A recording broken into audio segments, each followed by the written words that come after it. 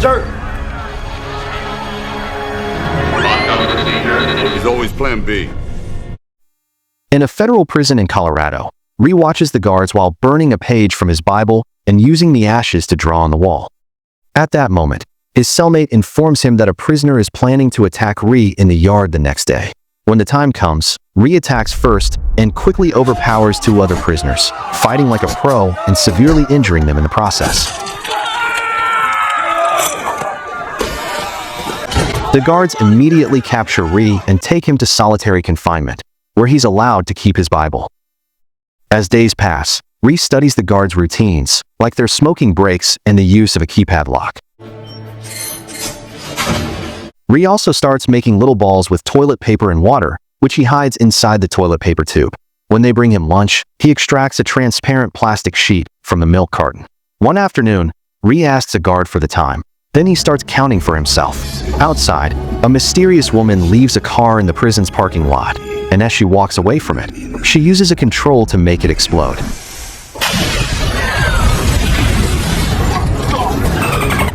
All the guards run to evacuate the prisoners, only to discover Ree has escaped. You okay? I got everybody. I got it.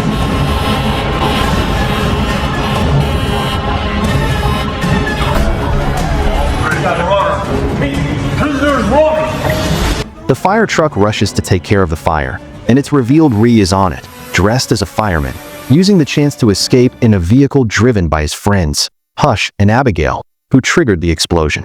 They drop Ree at a store by the road and give him a coin. Don't spend it all in one place. Which Ree uses to call a certain number and just say the word showtime. Come on, folks, put your hands in the air!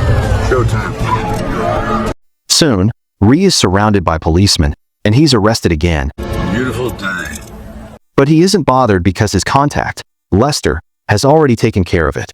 Later in the prison, Lester explains that he and Ree work for a company hired by the government to break out of prisons and expose the flaws in their security systems. Ree has already escaped from 14 prisons and explains how he did it this time. He studied the layout and the routines, discovering an unsecured fire garage. He made enemies on purpose to be sent to solitary confinement, where he noticed the prison was understaffed and he was left alone whenever the guards left to smoke. Then, he wrote a letter for his team, hiding the chosen day to escape in code. He also put the plastic sheet on the keypad to get the guards' fingerprints and retrieved it by hiding it in his Bible. The sheet gave him the 4 numbers, so to guess the sequence, he used the paper balls on the door's food hatch to stop it from locking properly. When the guards weren't around, he would put his hand out to test combinations until it worked. While the guards were out smoking, Ree came out, rewound the security cameras a few hours to cover his absence, then used the vents to reach the fire department right before Abigail started the fire.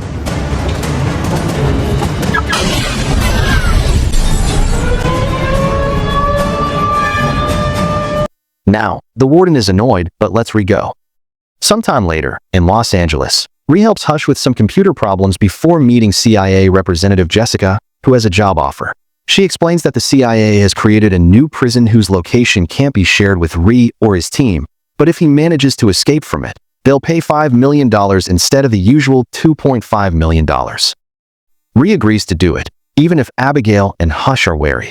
Jessica provides Ree with a cover ID as an explosives terrorist named PTO. His contact in the prison will be Warden Marsh, and Ree is given an evacuation code. A few days later, in New Orleans, Abigail and Hush are still worried about the lack of information they have on this prison and convince Ree to wear a tracking device, which they inject into his arm. Where am I gonna find another techno thug as gifted as you? There you are, babe. The transponder's good. Then, Ree goes to stand on the street to be picked up, only to suddenly be tossed down and thrown into the back of the van.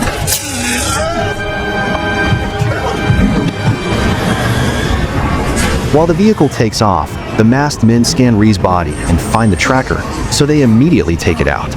Abigail's and Hush's computer instantly loses Ree's signal. At the same time, Ree is put to sleep with an injection. Sometime later, Ree wakes up inside a helicopter.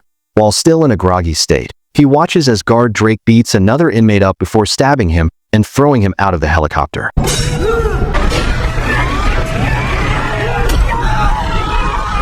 Then, Drake notices Ree is awake and orders his men to put him to sleep again.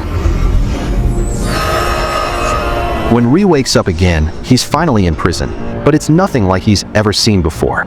All cells are plexiglass cubes hanging from the air, and guards wear black masks to hide their identities. There's also a huge sphere with a camera that moves around to keep an eye on the prisoners. Now that he's awake, Ree is taken to see the warden, who is a man called Hobbes. Worried because this isn't the warden they told him about, Ree gives out his evacuation code, but Hobbes doesn't know what he means and doesn't care. Later, when everyone is taken out of their cells for a break, Ree watches how the guards don't hesitate to brutally beat up anyone who doesn't obey them. The prisoners' jumpsuits have a special code on them, and they're scanned through every door. At that moment, Hobbes says the name of Ree's fake identity through the speakers, as if announcing his presence. After watching another man getting beat up, Ree is approached by some thugs who want to take advantage of the new guy, but Ree immediately breaks the leader's hand and punches him down before the others can react. Prisoner Emil tells them to back away. Emil tries to befriend Ree and explains he used to work for Mannheim, a powerful man who stole from the rich to give to the poor. Mannheim is a wanted man, but Emil refuses to tell Hobbes anything. However, Ree doesn't care about Emil's story. Meanwhile, Hobbes scolds Drake for killing that inmate since it was a capture for a client, implying many people here aren't criminals and they just got on someone's bad side. It's also revealed he has the book Ree wrote. The rest of the day, Ree continues to study the layout of the prison and the behavior of the inmates, like noticing the Muslim prisoners that still pray even if they can't see the sunset. Emil notices Ree watches everything and points out he's the guy to go for favors. So, Ree explains he needs to get into the isolation area. Eager to help, Emil immediately punches him and makes him fall. That's a favor? Well, sometimes favors hurt. Come on. Let's see. But when Ree punches back, Emil just laughs. Like a vegetarian. Then, Ree starts hitting him harder, and an actual fight ensues until the guards come to drag Ree and Emil to the isolation area.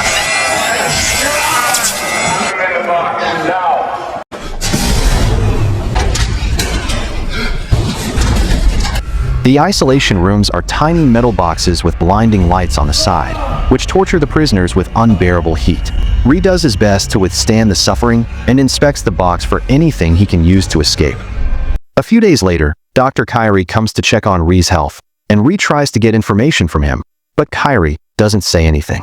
On his way out, Kyrie is approached by Drake, who demands to know what they talked about. Kyrie lies, which tells Ree he may have a conscience after all. Afterward, Emil and Ree are sent back to the general area, where Ree starts making a drawing on the table while telling Emil he'll need a piece of metal, promising to get Emil out too if he helps. Next, Emil asks to speak to Hobbes and pretends he'll finally confess Mannheim's location. He asks for some paper to draw a map, only to make a very rude drawing instead. A furious Hobbes makes his men hold Emil down to waterboard him. Get him down.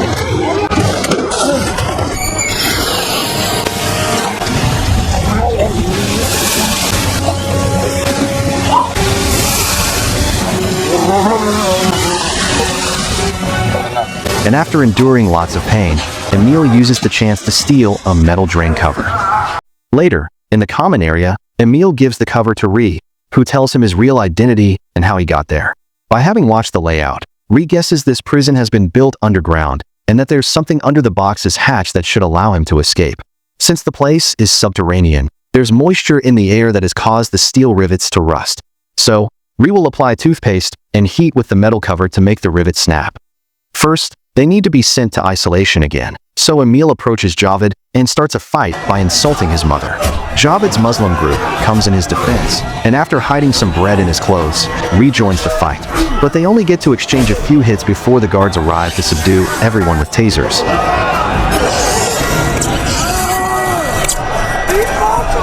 Once everyone is back in the heat boxes, Ree starts working on the rivets while hiding what he's doing with his own body. It's very hard to work because of the heat, and his hands start bleeding. So, whenever he makes too much noise, Emil hides it by yelling in pain. Eventually, Ree manages to remove all the rivets and covers the security camera with the bread before knocking on the wall to give Emil a signal. At that moment, Emil begins to cry and yell like crazy in German, getting all the guards' attention on him. Ree uses the chance to finally open the hatch and begins going down a ladder until he lands in a corridor. The door is locked, so he decides to use some pipes to start climbing up, only to accidentally tear off some electrical cables and break a few pipes in the process.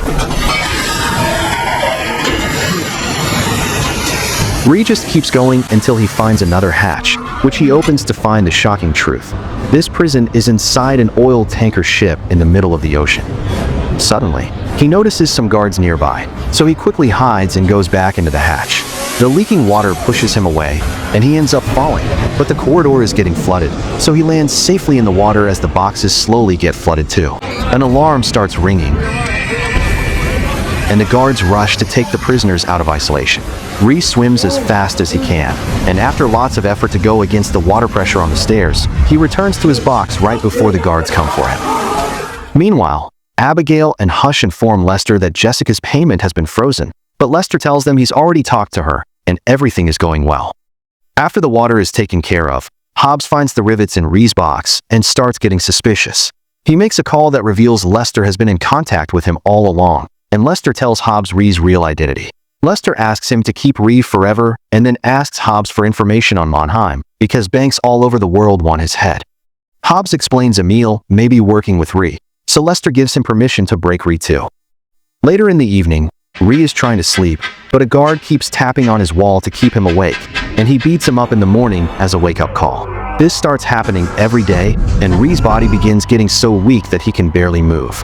Emil gives him as many pep talks as possible to keep up Ree's spirit, and Ree ends up sharing a story. He used to be a prosecutor, and a criminal he sent to jail one day escaped to kill his family for revenge. The drawing Ree is making is the last memory of his kid. Since then, he makes sure criminals won't escape ever again. For the next few days, Ree studies the guards' routine to find any useful habits, starting to assign names to them by differentiating them through body shapes to start making a plan. He first needs to know where they are, but there were no landmarks when he went out. One day during lunch, Emil discreetly stabs Ree, who is taken to Kyrie's office for stitches. Ree suddenly pretends he's in great pain and falls, using the chance to steal a few things from a tray. He also reminds Kyrie of his oath, but the doctor still ignores his questions. When Ree returns to the common area, Emil gives him a pen and a prisoner's glasses. Hiding his hands under the table, Ree builds a scene, which should help them determine where they are based on the stars. Drake and Hobbes notice weird movements on the security camera, so Hobbes asks to see Ree. Fortunately, he hides the tool before he's dragged away to a new section, where Hobbes tells him he knows his identity and admits he used his book to design this facility. Hobbes is ready to leave him there forever, so Ree lies and says he can get information on Mannheim from Emil. Then, Ree is sent back to the common area and tells Emil of the new plan. Later, while Ree is giving a bunch of fake information to Hobbes, Emil approaches Javed and gives him the scene, promising to help him escape too if he helps them. Afterward, Javed contacts Hobbes and tells him the others are planning to escape, so Hobbes agrees to buy his information by letting him pray in open air as his beliefs demand. This is all part of the plan, and that night in his new cell, Javed uses the scene to get the coordinates of their location.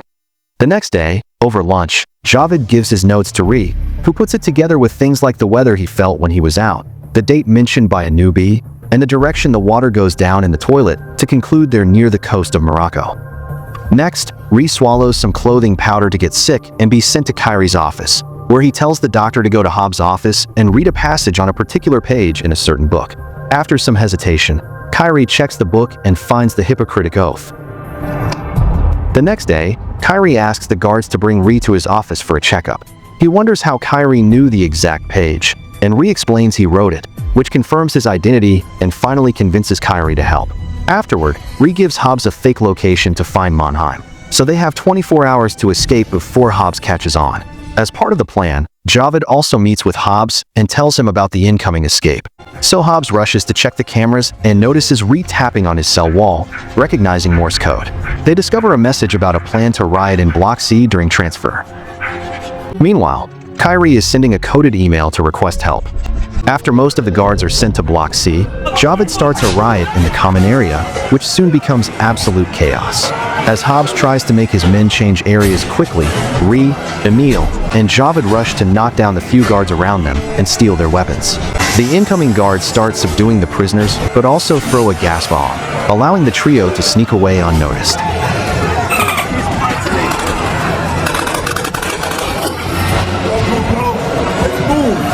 Ree explains that they only have 11 minutes to meet with the rescuers, who are approaching in a helicopter.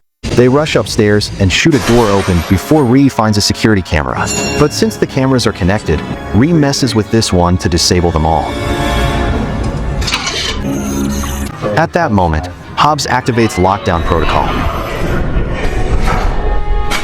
So when the trio is about to get out, they find the exit locked. The trio starts wandering around looking for another exit, and soon they're surrounded by guards who open fire. They immediately shoot back and quickly bring down all the men. But Javed gets wounded in the process. More guards are coming, so Emil and Ree drag Javed as they run to hide behind another door.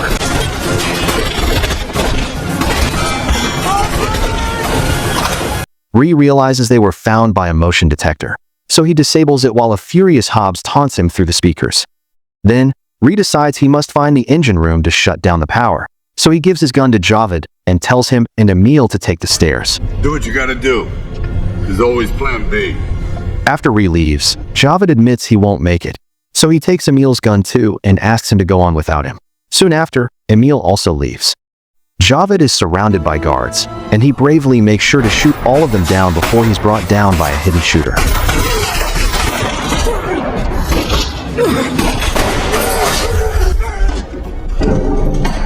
When Hobbes finds him, Javed says his last words to his god before he's killed. Meanwhile, Drake goes after Ree in the engine room. Ree jumps around and runs to dodge Drake's bullets. Then he manages to surprise him from behind. In the struggle, Drake loses his gun, but he takes out a knife, and a hand-to-hand fight ensues.